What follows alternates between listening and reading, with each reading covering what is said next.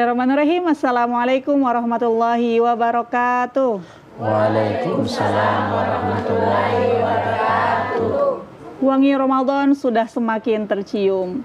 Namun, sudahkah kita mempersiapkan diri untuk menyambutnya? Pemirsa, di studio telah hadir Ustadz Kimandama yang akan membahas tema kita pada hari ini, yaitu persiapkan Ramadanmu.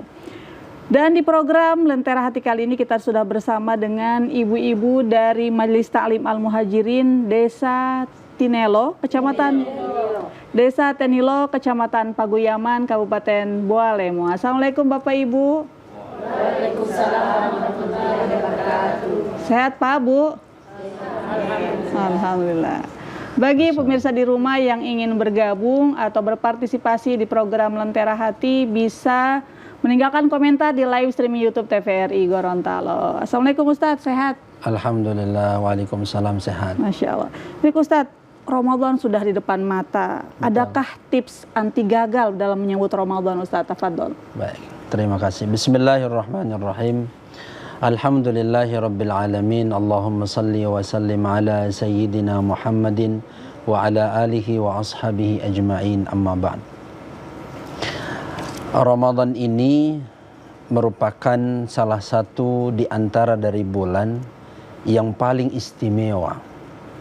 Ramadan itu adalah bulan yang diistimewakan oleh Allah Subhanahu wa taala di antara dari bulan-bulan yang ada. Karena bulan Ramadan itu istimewa, maka perlu ada yang kita siapkan. Perlu ada yang kita bagaimana menyambut bulan suci Ramadan ini dengan bahagia, dengan baik. Salah satunya adalah perlu kita ketahui sebelum apa yang harus kita persiapkan adalah tentunya tahu dulu kenapa Ramadan itu istimewa. Sehingga perlu disambut, kenapa perlu harus disiapkan, maka harus diketahui dulu apa sih yang menjadi keutamaan dan keistimewaan dari Ramadan. Satu, Ramadan itu istimewa dari waktunya. Ya. Ramadan itu istimewa dari waktu. Kenapa? Karena dari setiap apapun yang dilakukan oleh manusia atau orang Islam pada saat di bulan suci Ramadan, maka semuanya itu berpahala. Setiap apapun yang dilakukan, waktu-waktu dalam bulan suci Ramadan itu sangat-sangat luar biasa. Makanya para ulama itu ketika akan memasuki bulan suci Ramadan, ternyata kalau kita ini menyambutnya baru tahu Ramadan itu ketika di televisi sudah ada iklan-iklan sarung, ya, iklan sirup. Itu baru semua puasa. Ya. Tetapi kalau para ulama itu ketika 6 bulan akan Ramadan, mereka sudah mempersiapkan diri, Bu.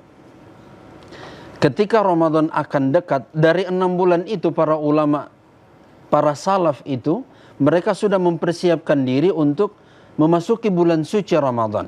Ya.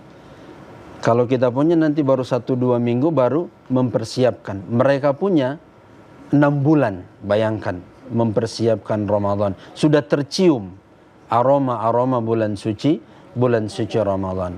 Maka dari sisi waktu, Ramadan itu sangat istimewa. Yang kedua adalah dari sisi dari sisi amalan. Allah itu sangat mencintai seluruh amalan yang ada di bulan suci Ramadan. Pertama, puasa. Betul ya? Puasa berapa hari? 1 bulan ya. Jangan sampai kurang dari 1 bulan ya. 29 atau 30 hari. Maka berpuasa selama sebulan penuh. Kenapa? Kenapa dari istimewa dari sisi amalan? Kalau semua amalan di bulan-bulan sebelumnya atau amalan-amalan yang lain itu pahalanya jelas. Pahalanya sodaqah tahu. Kalau di bulan lain ya selain Ramadan. Tapi kalau di bulan Ramadan itu pahalanya Masya Allah, Allah tidak detailkan, Allah tidak perjelas berapa yang didapat. Tapi amalan di luar Ramadan itu jelas. Seperti sedekah, Sedekah itu kalau beramal di luar Ramadan, dia pahalanya sampai dilipat gandakan sampai 700 kali lipat di surah Al-Baqarah. Ini sedekah ya. Sudah tahu kenapa Allah sampaikan, kenapa Allah sebutkan, supaya kita termotivasi untuk beramal. Membaca Al-Quran ya, di luar Ramadan ini, membaca Al-Quran, satu hurufnya itu adalah pahalanya 10 pahala, satu huruf ya. Bagaimana kita membaca Bismillahirrahmanirrahim, sudah berapa huruf itu ya. Di luar Ramadan pahalanya seperti itu, satu huruf 10 pahala. Berapa kalau satu juz, berapa kalau sudah bisa bahatam ya. Itu disebutkan oleh Allah supaya apa? Supaya manusia termotivasi. Tapi Ramadan Allah tidak sebutkan berapa pahalanya. Karena Allah mengatakan as-sawmu li wa ana ajzi bih.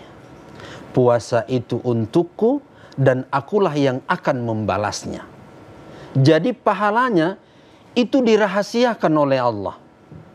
Masya Allah ya. Pahalanya dirahasiakan oleh Allah subhanahu wa ta'ala. Biasanya Bu, kalau rahasia itu tentu pasti lebih banyak DP pahala itu ya. Kalau dirahasiakan pahalanya, pasti pahalanya banyak. Sama dengan saya umpamakan begini, sama dengan suami kita ingin memberikan hadiah, lalu hadiahnya dirahasiakan kepada kita semua ya. Kalau cuman mau kasih daster tipe itu, kalau cuman bakal kasih daster, tidak istimewa itu, biasa kalau bawa daster ya. Tapi kalau istimewa yang dikasih, pasti dirahasiakan, surprise ya. Karena ini hadiahnya rahasia. Kalau hadiahnya rahasia, tentu ini sangat besar pahalanya. Ternyata yang dikasih oleh suami kita adalah karena ini rahasia hadiahnya, maka yang dikasih Masya Allah adalah emas ya, emas 1 kilo. Banyak itu Bu. Emas 1 kilo Masya Allah. Itu rahasia ya. Makanya Ramadan itu, puasa Ramadan itu pahalanya dirahasiakan oleh Allah subhanahu wa ta'ala. Tidak ada yang tahu berapa besar pahalanya yang Allah sediakan untuk bulan suci Ramadan. Makanya Masya Allah ada salah satu Syekh Ibnu Qudamah, beliau mengatakan pada saat Yaumul Mizan, hari amalan ditimbang ya, amalan ditimbang oleh Allah subhanahu wa ta'ala pada hari kiamat, itu ada namanya Yaumul Mizan, di mana amalan kita semua akan ditimbang oleh Allah subhanahu wa ta'ala. Ternyata ada satu amal, salah satu, ada 3 sebenarnya, ada salah satu amalan yang menggetarkan Yaumul Mizan, yang menggetarkan hari penimbangan seluruh amalan manusia. Salah satunya adalah pahala dari puasa. Masya Allah. Bergetar itu Bu. Sama dengan begini, sama dengan ibu-ibu batimbang di timbangan bayi. Rusak Ustaz. Tapi seperti itulah ketika amalan puasa, ketika ditimbang nantinya ya, modelnya begitu ya, bobotnya, beratnya dari pahala puasa itu jauh lebih berat ya. Saya umpamakan seperti orang dewasa menimbang amalannya di timbangan bayi, kira-kira seperti itu ya. Masya Allah. Makanya hadir muliakan Allah subhanahu wa ta'ala, perlu kita ketahui keutamaan amalan dari bulan suci Ramadan. Supaya apa? Supaya kita mempersiapkan diri. Apa yang perlu disiapkan? Nah, ingat baik-baik ini Bu ya, yang harus mau kasih siap. Yang pertama adalah memperbanyak istighfar dan bertobat kepada Allah. Itu bahulio. Pertama ini, memperbanyak istighfar dan bertobat kepada Allah subhanahu wa ta'ala. Kadang-kadang Bu, yang sering membuat kita itu terhalangi untuk beramal, bisa jadi gara-gara dosa. Betul. Kenapa tidak termotivasi beramal? Kenapa malas beramal? Bisa jadi karena ada penghalangnya, ada dindingnya. Apa itu? Dosa kita. Makanya kenapa ada beberapa kebiasaan kita sebelum Ramadan itu ada namanya halal bihalal. Ya. Untuk apa? Saling saling memaafkan satu sama lain. Sambil kita memperbaiki hubungan kita dengan sesama manusia, hablum minan nas, maka kita pun harus bagaimana menjaga hubungan kita dengan Allah, hablum minallah, maka dengan memperbanyak istighfar, minta ampun kepada Allah dan bertobat kepada Allah Subhanahu wa taala. Rasulullah mengatakan at-taibu minadz-dzanbi kaman la dzanbalah. Masya Allah. Seseorang yang bertobat kepada Allah itu seperti orang yang tidak punya dosa. Makanya pertama yang disiapkan adalah banyak-banyak istighfar. Minta maaf kepada siapapun yang pernah dilakukan kesalahan, yang pernah dizolimi, yang pernah digibahi, yang pernah dikarlotai. Nah, segera minta maaf kepadanya, ya. Supaya apa? Sebelum memasuki bulan Ramadan, mudah-mudahan hati ini sudah tenang, ya. Beribadah juga tenang, beribadah juga fokus, tidak lagi teringat-ingat dengan persoalan-persoalan di antara kita, ya. Itu yang pertama, ya. Yang kedua adalah yang perlu disiapkan untuk kita semua supaya Ramadan kita baik, supaya Ramadan kita bagus, menyambutnya juga dengan tenang, persiapkan iman kita, ya. Karena yang dipanggil untuk melaksanakan ibadah puasa adalah ya ayyuhalladzina amanu kutiba alaikumus. Hai orang-orang yang beriman, diwajibkan atas kamu berpuasa, ya. Yang dipanggil adalah orang-orang yang beriman. Hati-hati Bu di sini. Karena yang menentukan itu kita punya iman, imannya kita. Bagaimana kita menyambutnya Ramadan? Ada beberapa kriteria orang ketika memasuki bulan Ramadan. Pertama, ada orang yang biasa-biasa saja. Nah, kalau ada orang yang cuma biasa-biasa saja, ya, apalagi merasa terbebani dengan puasa ini, imannya itu perlu dipertanyakan. Ya, ini yang pertama. Harus hati-hati. Yang pertama, bagaimana orang punya respon ketika mau puasa ini, bagaimana? Biasa saja atau bahagia? Atau membuat kita tersiksa? Nah, ini kembali ke masing-masing, ya. Dan itu akan berpotensi ketika Ramadan tidak ada yang istimewa dengan puasa. Biasa-biasa saja. Ini ada orang yang pertama. Yang kedua adalah ada orang yang semangat di awal. Ya, 10 hari pertama semangat, naik amalannya. 10 hari kedua turun. 10 hari ketiga jatuh. Nyungsep. Betul. Ini ada orang yang seperti itu. Di awal-awal semangat, ya. Kita lihat bagaimana masjid-masjid kita, Masya Allah, di awal-awal Ramadan full, ya, membludak jamaahnya sampai di luar. Coba lihat di 10 hari kedua, 10 hari ketiga, so di mana dorang? So di luar semua, ya. Allahu Akbar.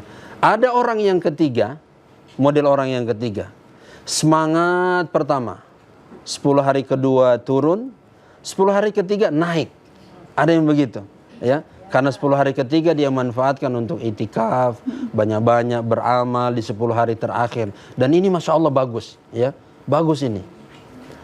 Dia memang walaupun di awal-awal, alhamdulillah di awal-awal semangat, kedua turun, yang ketiga naik lagi, ya, alhamdulillah. Tapi ada yang keempat, ini istimewa. Hari pertama semangat, 10 hari pertama semangat, 10 hari kedua tambah semangat dari 10 hari pertama. Dan yang ketiga adalah 10 hari ketiga tambah semangat dari 10 hari yang kedua. Masya Allah. Maka di antara dari 4 itu, di mana torang? Kita di posisi mana ketika iman ini akan dipertanyakan di antara kita semuanya? Maka cek kembali iman kita kepada Allah Subhanahu wa taala. Apakah beramal ini, apakah cuman dipanas-panas di awal, lalu kemudian turun sampai jatuh? Apakah kita di situ? Atau yang nomor 3 atau yang nomor 4? Ya, maka cek kembali iman kita kepada Allah Subhanahu wa taala. Jangan sampai kita ini hanya beramal di awal-awal saja, akhir sudah sibuk dengan masing-masing, ya. Makanya Rasulullah mengatakan innamal a'malu bil khawatim.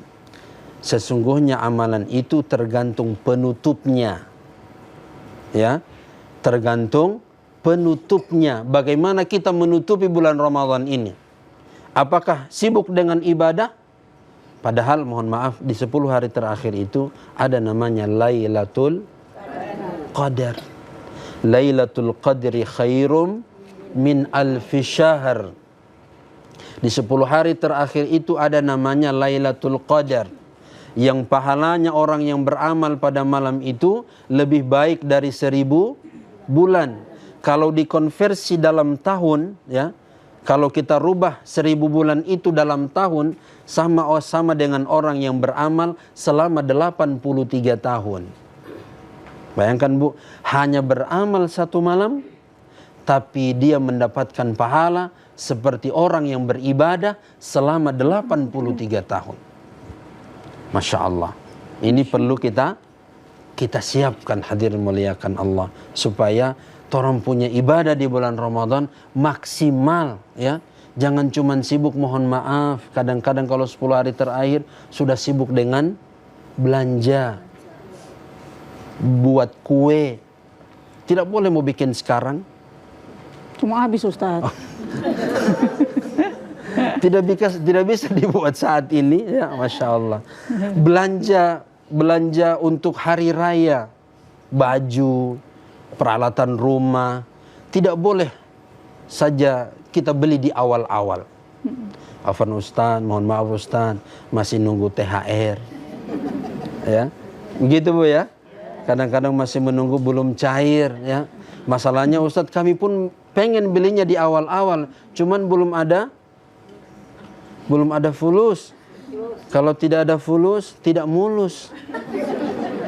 Allahu Akbar.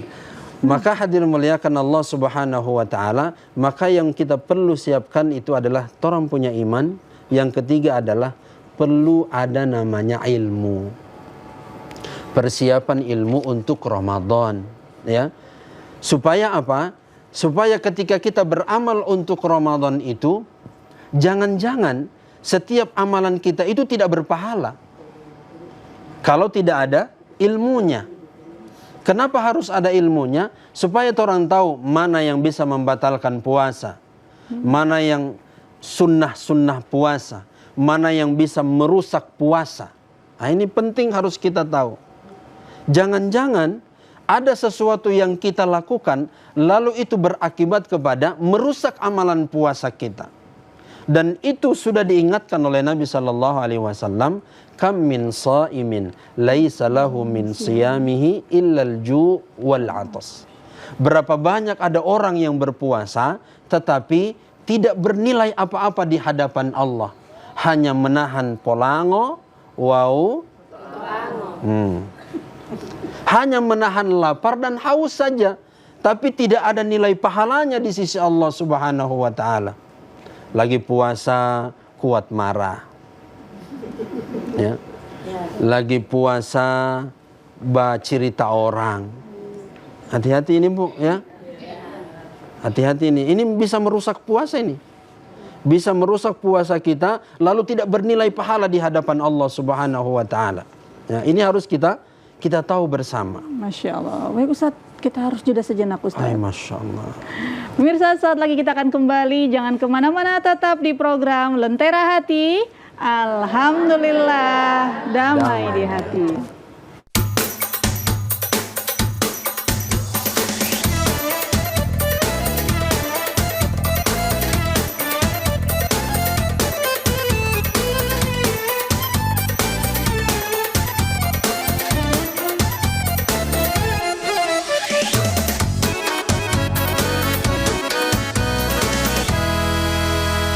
Pemirsa, kembali lagi di program Lentera Hati. Alhamdulillah, damai di hati. Bagi pemirsa di rumah yang ingin bergabung atau berpartisipasi di program Lentera Hati, bisa meninggal komentar di live streaming YouTube TVRI Gorontalo. Baik, Bapak Ibu, hari ini kita sudah bersama dengan Bapak Ibu dari Majelis Ta'lim Al-Muhajirin Desa Tenilo, Kecamatan Paguyaman, Kabupaten Bualemo, dan Bapak Ibu dari Majelis Ta'lim Al-Uswah, Desa Saripi, Kecamatan Paguyaman, Kabupaten Bualemo. Baik Ustadz, sekarang kita sudah berada di sesi tanya jawab. Bagi yang ingin bertanya, disilahkan. Silakan Bapak. Halo, terima kasih. Nama saya Simon Pakaya, saya Kepala Desa Saripi. Masya Allah. Begini Ustadz, kebetulan di masjid kami itu, kebetulan di Masjid Jami, ada sedikit perbedaan antara pelaksanaan sholat. Itu dipertanyakan oleh ibu-ibu majelis, apakah perbedaan yang 4 kali rakaat, 1 kali salam dengan 2 rakaat yang 1 kali salam. Terima kasih Ustaz. Baik, terkait tata cara tarawih Ustaz. Baik, yang pertama terkait dengan pelaksanaan sholat tarawih. Kalau yang 4 rakaat 1 kali salam biasanya itu yang 8, ya. Kemudian yang 20 2 salam. Kedua-duanya Pak, kedua-duanya benar. Kedua-duanya adalah benar, ada dalilnya, ada dasarnya dari Nabi Shallallahu Alaihi Wasallam. Yang 4 itu adalah sesuai dengan hadis yang diriwayatkan oleh Aisyah radhiyallahu anha, bahwa Rasulullah itu kalau sholat malam itu melaksanakan tidak lebih dari 11 rakaat, ya, 8. Kemudian cara pelaksanaannya seperti tadi 4-4, ya, 4 rakaat salam, 4 rakaat salam. Kemudian yang 20 rakaat seperti yang disampaikan juga oleh Nabi Shallallahu Alaihi Wasallam bahwa sholatul laili masna masna, bahwa sholat malam itu 2 rakaat. Jadi kedua-duanya benar, ya, dua-duanya tidak ada yang bermasalah, ya. Yang tidak bermasalah itu yang tidak sholat dua-duanya, ya, tidak sholat 8 dan tidak sholat 20. Kedua-duanya ada dasarnya, kedua-duanya ada dalilnya, tidak ada yang perlu dipermasalahkan. Hanya saja ketika satu masjid ingin melaksanakan satu model, silakan disepakati. Mau tabiangolo, mau sholat berapa, 20 atau 8, ya. Silakan disepakati oleh takmir bersama jamaah, ya. Walaupun kedua-duanya ada dalilnya, ya. Ada dasarnya dari Nabi Shallallahu Alaihi Wasallam. Ada juga Pak Kades, ada juga yang melaksanakan 2-2. 8 dulu, baru setelah itu yang mau 8 langsung pulang. Bahkan witir dulu. Yang 20 istirahat menunggu yang 8, yang 20 sambung. Ada yang begitu, ya. Sesuai musyawarah, sesuai kesepakatan dari takmir masjid dan jamaahnya. Begitu Pak Kades, ya. Insya Allah aman, silakan dikerjakan. Begitu. Insya Allah bermanfaat Pak. Selanjutnya, silakan Pak. Bismillahirrahmanirrahim. Assalamualaikum warahmatullahi wabarakatuh. Waalaikumsalam warahmatullahi Saya wabarakatuh. Fandi Ambo dari Majelis Ta'lim Al-Muhajirin Desa Tenilok, Kecamatan Paguyaman. Bapak Ibu yang saya hormati, pertanyaan saya singkat Bu, Pak, terkait dengan bersiwak atau sikat gigi di saat sholat. Ini kemungkinan besar saya khawatir pribadi punya akan ketelan itu sedikit-sedikit dia punya air. Nah, kira-kira saya mohon penjelasannya seperti apa Pak Ustadz terkait dengan bersiwak atau sikat gigi di bulan suci Ramadan. Terima kasih, singkat saja itu Pak Ustadz. Baik. Langsung saja. Ya, langsung ya. Terkait dengan siwak atau bersikat gigi di bulan Ramadan, memang ada satu yang disunnahkan oleh Nabi, setiap mau sholat itu bersiwak, ya, disunnahkan.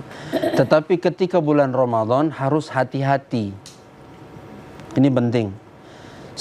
Pada saat di bulan Ramadan ketika bersiwak atau bersikat gigi, bersiwak dengan sikat gigi sebenarnya intinya sama, tujuannya sama untuk membersihkan gigi. Cuman model sekarang beda. Ada yang siwak asli, ya, ada yang pakai odol, ya, pakai odol.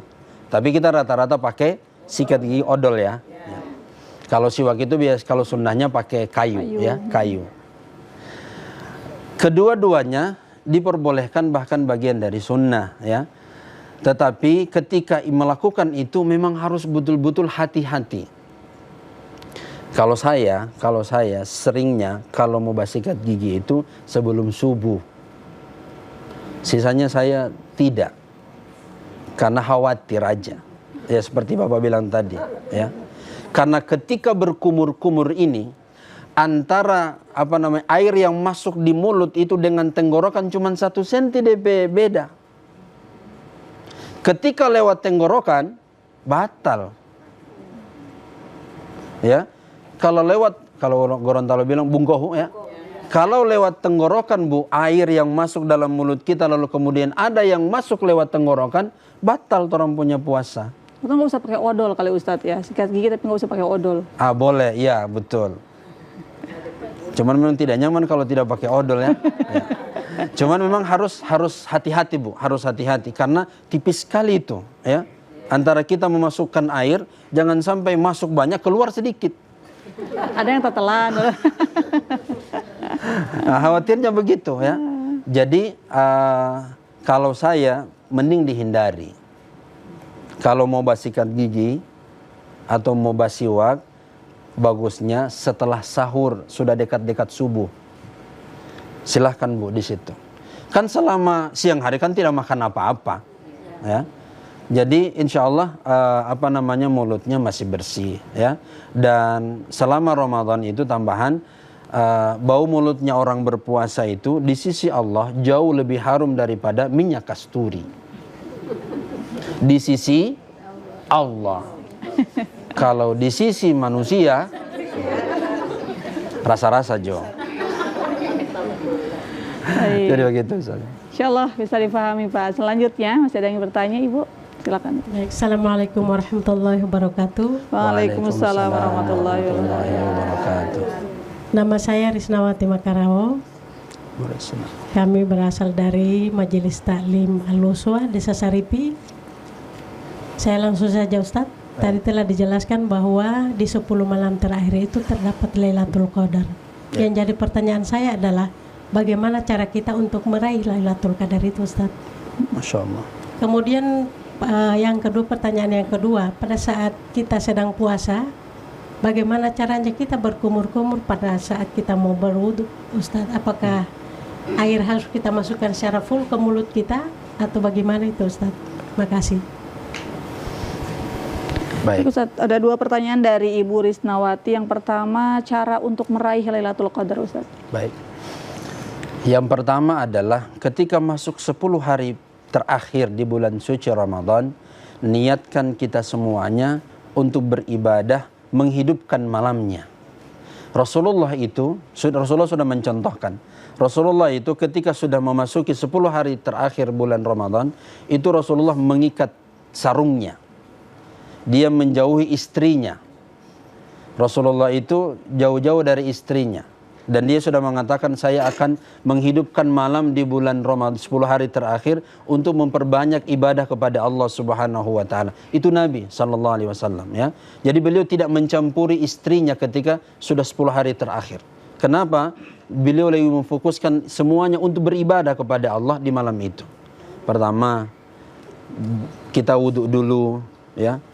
Kemudian banyak berzikir. Bisa ibu mungkin tidurnya lebih cepat, boleh baca Quran dulu. Atau Rasulullah tidak tidur.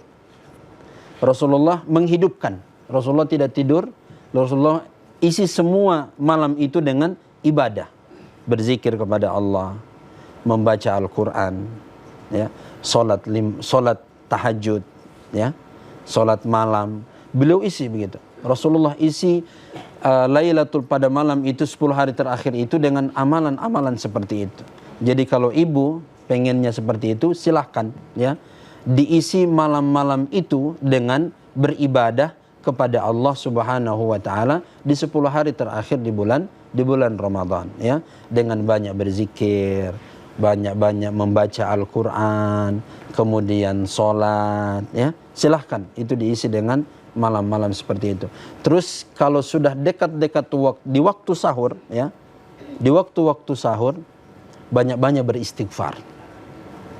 Ya, banyak-banyak beristighfar. Kenapa? Di waktu itulah Allah Subhanahu wa taala mengatakan, mana hamba-hambaku yang ingin beristighfar, yang ingin meminta ampun kepadaku, ya. Karena dikatakan oleh Allah Subhanahu wa taala, wabil asharihum yastaghfirun, ya. Di waktu sahur itu sebenarnya adalah waktu-waktu yang bagus untuk beristighfar kepada Allah, meminta ampun kepada Allah, bertobat kepada Allah Subhanahu wa taala. Jadi kita bisa mengisinya dengan amalan-amalan seperti itu, Bu, ya. Supaya kita hidupkan malam itu, ya. Kadang-kadang kalau kita dihidupkan dengan babeking kue, ya. Ya, Masya Allah. Jadi orang yang babekin kue di malam Lailatul Qadar seperti orang yang babekin kue 83 tahun, ya. Masya Allah. Baik, Ustaz, pertanyaan yang kedua adalah cara berkumur-kumur saat berpuasa, Ustaz. Ya. Namanya orang berkumur-kumur, ya tetap ada air yang masuk. Coba ibu kumur-kumur tidak ada air, tidak kumur-kumur namanya, ya.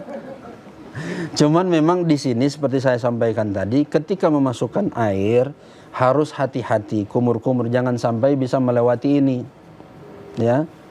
Kalau biasanya kalau mau sholat, ya, usahakan kumur-kumurnya di waktu sholat aja, ya. Jangan berkumur-kumur selain di waktu sholat.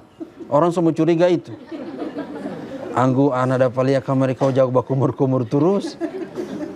Ya, jadi ketika berkumur-kumur memang betul-betul, ya, kalaupun bisa dikurangi kadar air yang masuk mungkin boleh, ya. DP banyaknya air, ya, ketika memasukkan ke dalam mulut, ya, bisa jadi mungkin jangan terlalu banyak, ya. Kemudian berkumur-kumur biasa, ya, kemudian dibuang, ya. Jangan sampai banyak yang masuk, keluar sedikit. Orang akan mengatakan, oh, kau ada telana, ya, itu kan jadi batal orang punya puasa, ya. Begitu, Bu, ya. Tetap berhati-hati ketika berkumur-kumur, ya. Baik, insya Allah bisa difahami, Bu, ya. Selanjutnya saya ingin bertanya. Silakan, Ibu. Assalamualaikum warahmatullahi wabarakatuh. Waalaikumsalam warahmatullahi wabarakatuh. Nama saya Asnita Tahala dari Desa Tenilo, Majelis Taklim Al-Muhajirin. Saya bertanya, Pak, apabila di waktu persiapan buka puasa, saya apakah tidak berdosa, saya bisa merasa Nyicipi, ya. Oh, mencicipi. sedikit biar coba di lidah. Lalu langsung saya buang, Pak. Apa saya batal puasa saya atau bagaimana, Pak? Betul, ya. Terima kasih. Baik, hukum mencicipi masakan, Ustaz. Masya Allah. Baik. Ya. Saya sampaikan, Bu, ya. Mudah-mudahan ini jadi ilmu juga untuk kita semuanya, ya. Ketika kita seorang, kebanyakan istri, ya, istri yang memasak untuk buka puasa, ingat baik-baik, Bu, ya. Ketika seorang istri itu menyiapkan menu, entah itu menu sahur, entah itu menu buka puasa untuk keluarga di rumah, untuk anak-anaknya, untuk suaminya, untuk orang tuanya, ya. Ketika memasak itu, Bu, niatkan untuk lillahi ta'ala. Supaya apa? Bernilai ibadah itu sedang memasak, ya. Bernilai ibadah, berzikir sambil memasak, zikir kepada Allah, ya. Supaya saat lagi berpuasa kita memasak itu pahalanya luar biasa, ya. Luar biasa. Entah tidak memasak, entah tidak berpuasa atau lagi uzur, tetap dapat pahalanya, ya. Ketika memasak tentu menginginkan ketika memasak itu ya masakannya enak. Betul, ya? Jangan sampai mau panggelo, atau jangan sampai tidak ada garam, ya, atau tidak ada rasa, ya. Maka yang kita lakukan adalah boleh, ya, boleh mencicipi, atau istilah orang boleh mau barasa, ya. Tapi hanya cukup di ujung lidah, jangan sampai lewat tenggorokan. So, bukan bacicipi itu, ya. Cukup dicicipi saja di ujung, kan biasanya indera perasa ini kan orang punya ujung lidah, ya. Maka cukup dicicipi oleh ujung lidah, setelah itu dibuang, ya, dibuang. Maka itu tidak apa-apa, puasanya tidak batal, ya. Ustadz boleh enggak mencicipi satu dandang? Tidak boleh ya, Masya Allah. Begitu, Mungkin Ustaz. untuk lebih hati-hatinya setelah mencicipi kumur-kumur mungkin Ustaz ya. Betul, benar. Setelah tidak tersisa mencicipinya ya, bagusnya berkumur-kumur ya, supaya menghilangkan rasanya secara maksimal, supaya tidak ada lagi rasa. Begitu. Baik, insya Allah bisa dipahami Bu ya. Boleh ya? Selanjutnya, Silakan. Silakan Bapak. Assalamualaikum warahmatullahi wabarakatuh. Waalaikumsalam warahmatullahi wabarakatuh. Perkenalkan, nama saya Ishak Manjo dari Majelis Ta'lim Al-Uswah Desa Saripi, Kecamatan Paguyaman, Kabupaten Bualema. Ustadz, Jo. hanya menambah pertanyaan dari Kades tadi terkait dengan pelaksanaan tarwi yang 2 rakaat dengan yang 4 rakaat. Yang dipertanyakan tadi hanya pelaksanaannya. Dijelaskan tadi bahwa boleh untuk dilaksanakan. Yang jadi pertanyaan saya, bagaimana cara melafazkan niat untuk yang 4 rakaat? Karena setahu saya, lafaz niat untuk 4 rakaat itu kalau untuk sholat isya misalnya, asar misalnya, zuhur itu sudah jelas. Cuma untuk tarwi yang 4 rakaat ini bagaimana lafaznya? Karena tarwi itu kan hukumnya sunnah Ustaz ya. Ya. Nah itu. Mungkin hanya ini yang perlu saya pertanyakan. Sekian. Assalamualaikum warahmatullahi wabarakatuh. Waalaikumsalam warahmatullahi wabarakatuh. Ustaz dijawab setelah iklan. Pemirsa, saat lagi kita akan kembali. Jangan kemana-mana, tetap di program Lentera Hati. Alhamdulillah, damai di hati.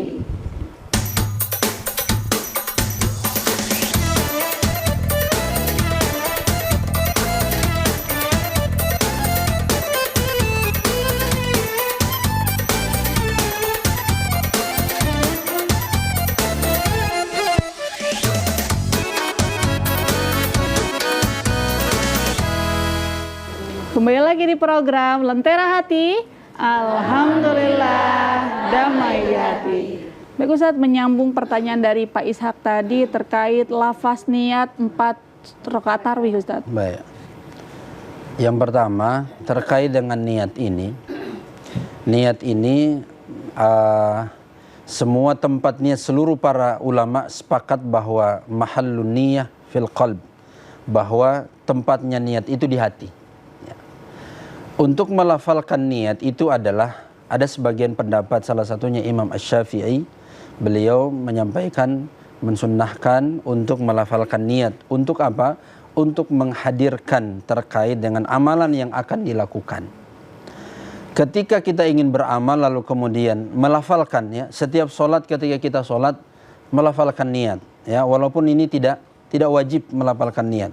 Ketika ibu berangkat ke masjid untuk sholat, itu sebenarnya sudah masuk niat mau sholat, ya. Tapi kita adalah sebagian besar selalu mengedepankan untuk niatnya. Maka niatnya seperti niat orang sholat, seperti sholat wajib. Usolli sunnatat tarawih 4 raka'atin mustaqbilal qiblati, imaman kalau jadi imam, ma'muman jadi ma'mun, lillahi ta'ala. Berarti yang dirubah hanya 4 rakaatin begitu ya. Betul. Hanya angkanya saja, mau 2 atau mau 4, ya, begitu. Jadi tinggal begitu kalau melafalkannya, Pak. Ya, kalau tidak bisa bahasa Arab tadi, boleh pakai bahasa Indonesia, ya, atau boleh muali Allah hulundalo, ya. Boleh juga dengan berbahasa Gorontalo. Jadi niatnya seperti itu, ya. Niatnya karena niatnya 4 rakaat, jadi 4 rakaatin, ya. Kalau 2 rakaat cukup diganti rakaataini, ya. Baik. Jadi 2 rakaat. Jadi begitu ya, begitu Pak ya, Masya Allah. Ya, insya Allah bermanfaat Bapak. Ustadz, sudah ada pertanyaan masuk di live streaming YouTube. Pertanyaan dari Ibu Nurhayati Pulukadang. Assalamualaikum Ustadz. Saat ini saya sementara menyusui dan tidak bisa melaksanakan puasa. Jika saya membayar fidyah, berapa yang harus saya bayar dan apakah saya setiap hari harus bayar fidyah?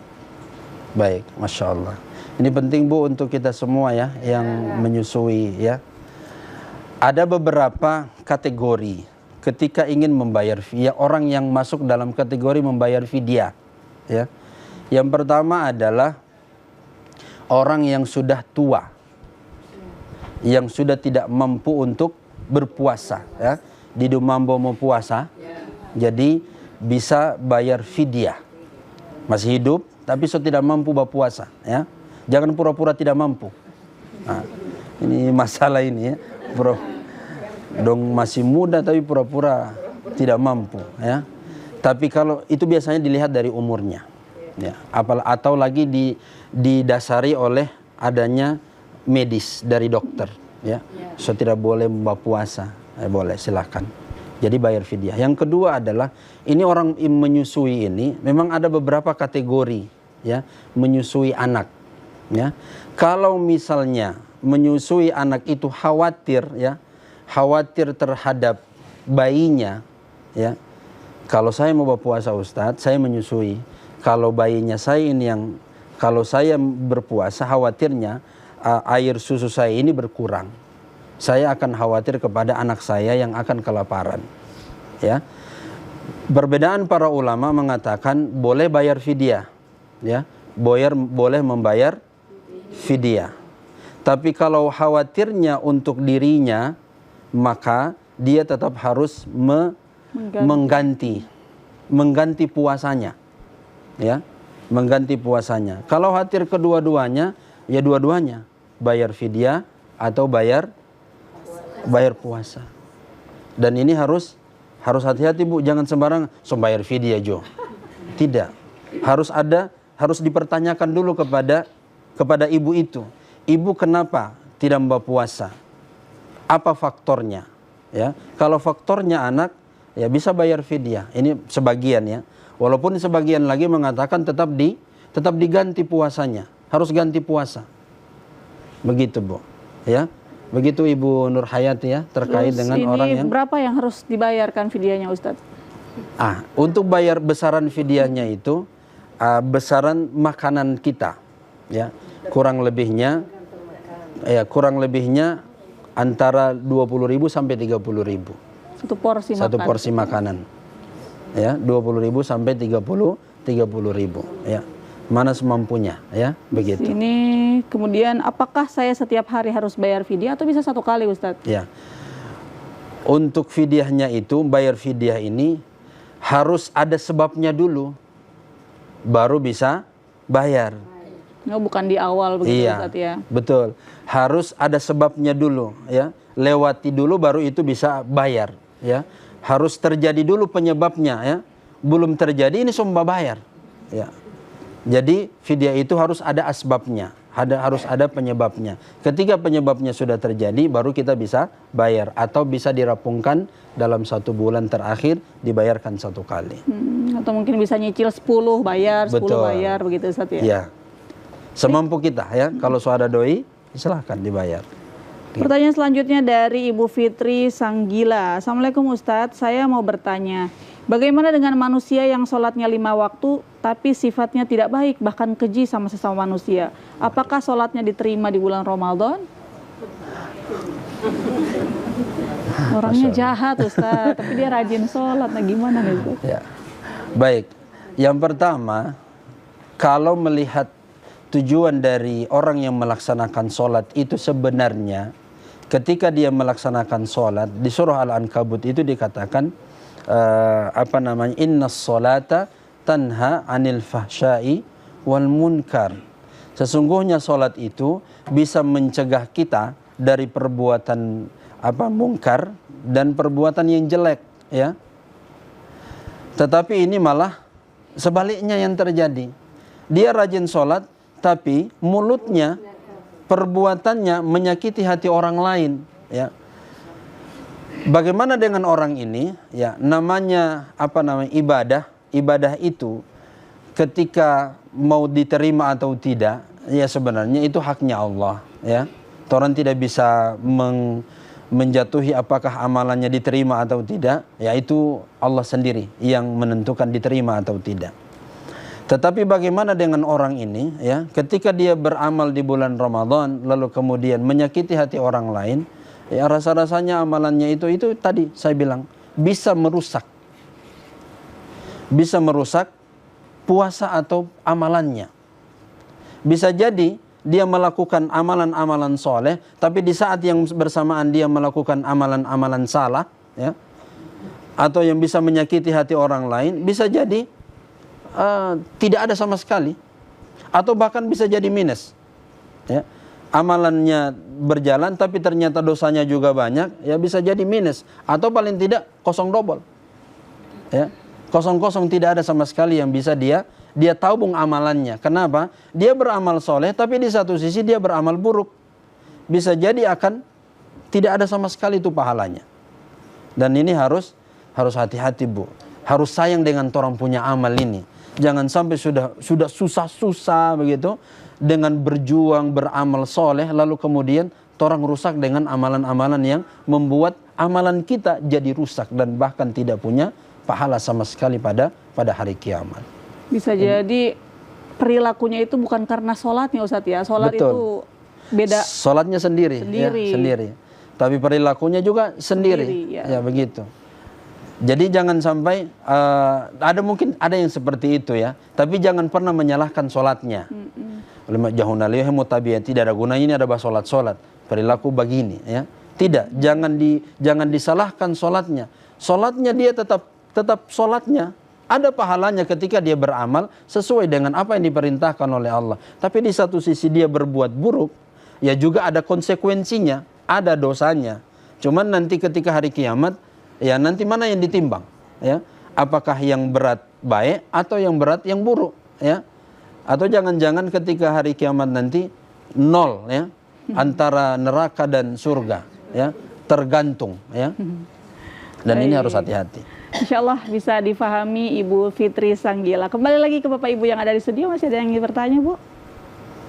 Silakan, Bu.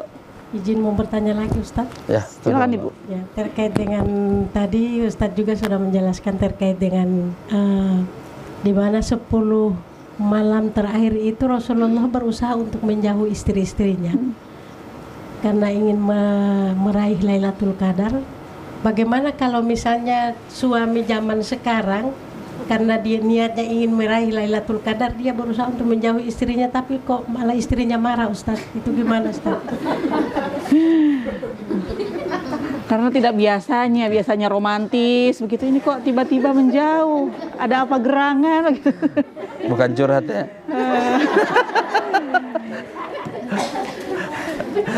Baik. Yang pertama adalah jangan dimarahi suaminya. Bisa jadi istri yang kurang ilmu. Iya, betul. Juga bisa jadi itu, ya. Bisa jadi mungkin istrinya juga belum tahu tujuannya ini apa. Jadi suami juga harus kasih tahu sama istrinya. Jangan tiba-tiba, ya, gitu, betul. Ya. Jangan tiba-tiba tumben so jadi begini. Jangan-jangan. Nah, itu, ya.